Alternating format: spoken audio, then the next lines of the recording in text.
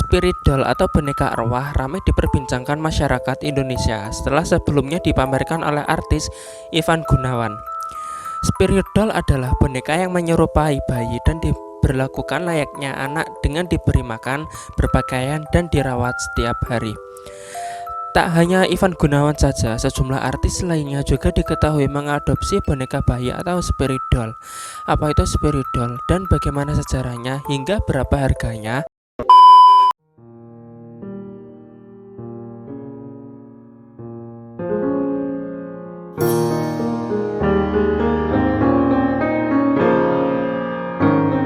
Nah, di video ini saya akan membahas tentang fenomena spirit doll di kalangan artis, sejarah, hingga harga spirit doll. Namun sebelum itu jangan lupa untuk klik tombol subscribe dan nyalakan lonceng notifikasinya agar kalian dapat notifikasi kalau saya upload video-video terbaru.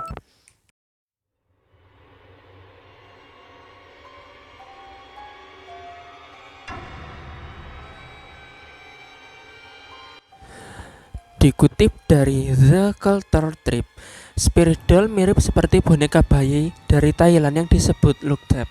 Lukthep atau malaikat anak dalam bahasa Thailand adalah boneka bayi yang dipercaya dirasuki oleh roh halus pembawa keberuntungan dan kemakmuran. Seperti spirit doll, Lukthep diperlakukan layaknya bayi atau anak sungguhan, mulai dari diberi makan, pakaian, dan lain-lain.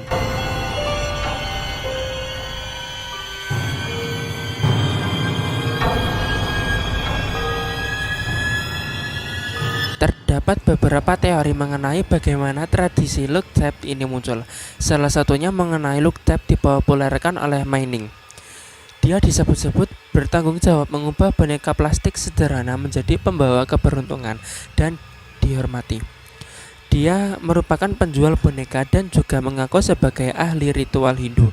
Dia mengklaim saat siaran bahwa boneka ini memiliki kekuatan super. Tak lama setelah mengeluarkan pernyataan tersebut, para biksu Buddha dan peramal mengadakan ritual untuk mendapatkan roh keberuntungan ke dalam boneka plastik. Selebriti Thailand pun mengikuti tren itu dengan membawa Lukthep ke manapun mereka pergi. Mereka membawanya ketika pergi ke restoran, spa kuku, bahkan meminta kursi terpisah untuk Lukthep saat naik pesawat.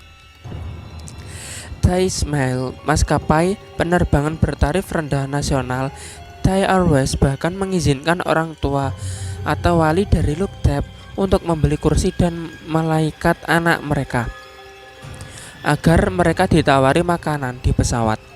Pramugari yang diberi pengarahan untuk memperlakukan mereka seperti penumpang anak lainnya.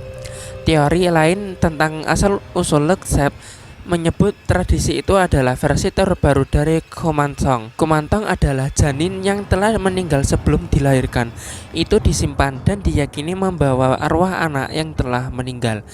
Nah, sementara itu lainnya dipercaya bahwa tradisi Lukthep terkait dengan tingkat kesuburan yang rendah di Thailand karena wanita Thailand parubaya paling sering membawa boneka suci ini. Keyakinan umum lainnya Lukthep muncul karena iklim ekonomi yang menantang di Thailand pada tahun 2016. Ketika tradisi itu lahir, warga Thailand membutuhkan sesuatu untuk dipegang secara harfiah.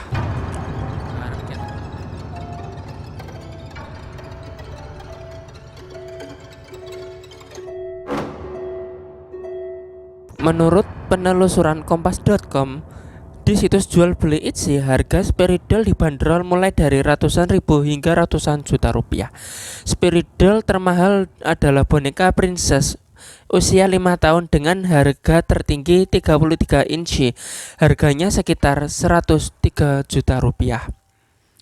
Sementara itu di Tokopedia dijual ratusan ribu hingga jutaan rupiah. Termahal ada boneka bayi perempuan handmade dengan harga sekitar 2,95 juta rupiah. Lalu di Shopee terdapat boneka spirit doll Lukthep dengan harga 3,5 juta rupiah.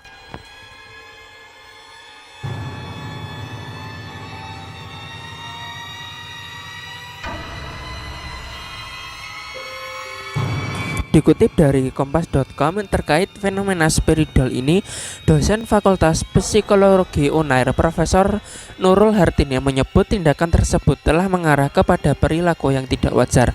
Ketika seseorang menganggap boneka tersebut hidup dan dipercaya bahwa mereka akan bertumbuh besar, maka hal itu telah keluar dari batas akal sehat. Perilaku tersebut menjadi keanehan tersendiri yang disebabkan oleh berbagai faktor, ucap Profesor Nurul melansir dari laman UNAIR Kamis 6 Januari 2022. Salah satu faktor yang mungkin ada menurut dia yakni mengikuti tren di kalangan selebriti. Biasa, jadi mereka hanya mencari sensasi agar popularitasnya naik, kata Profesor Nurul. Meskipun demikian, fenomena spiritual ini menurut dia tetap ada batasnya. Hal itu agar tidak merugikan kesehatan mental. Karena apabila perilaku tersebut dibiarkan terjadi secara terus-menerus, maka akan berdampak terhadap kondisi kesehatan mental seseorang.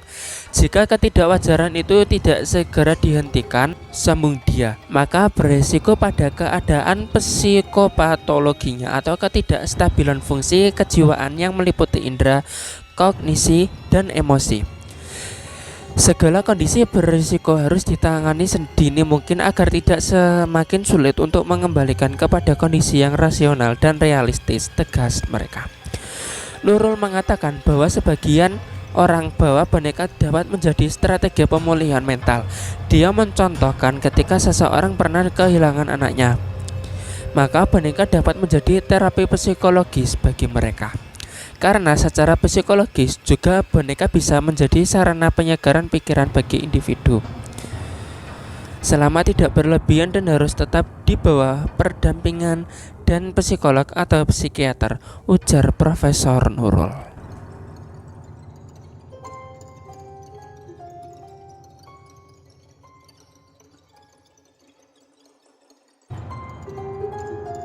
Sementara itu, pemerhati budaya Fakultas Ilmu Budaya atau FIB Universitas 11 Maret atau UNS Surakarta, Dr. Tunjung Wahdi Sutirto, MSI, mengatakan fenomena boneka arwah di Indonesia bukanlah sesuatu yang baru.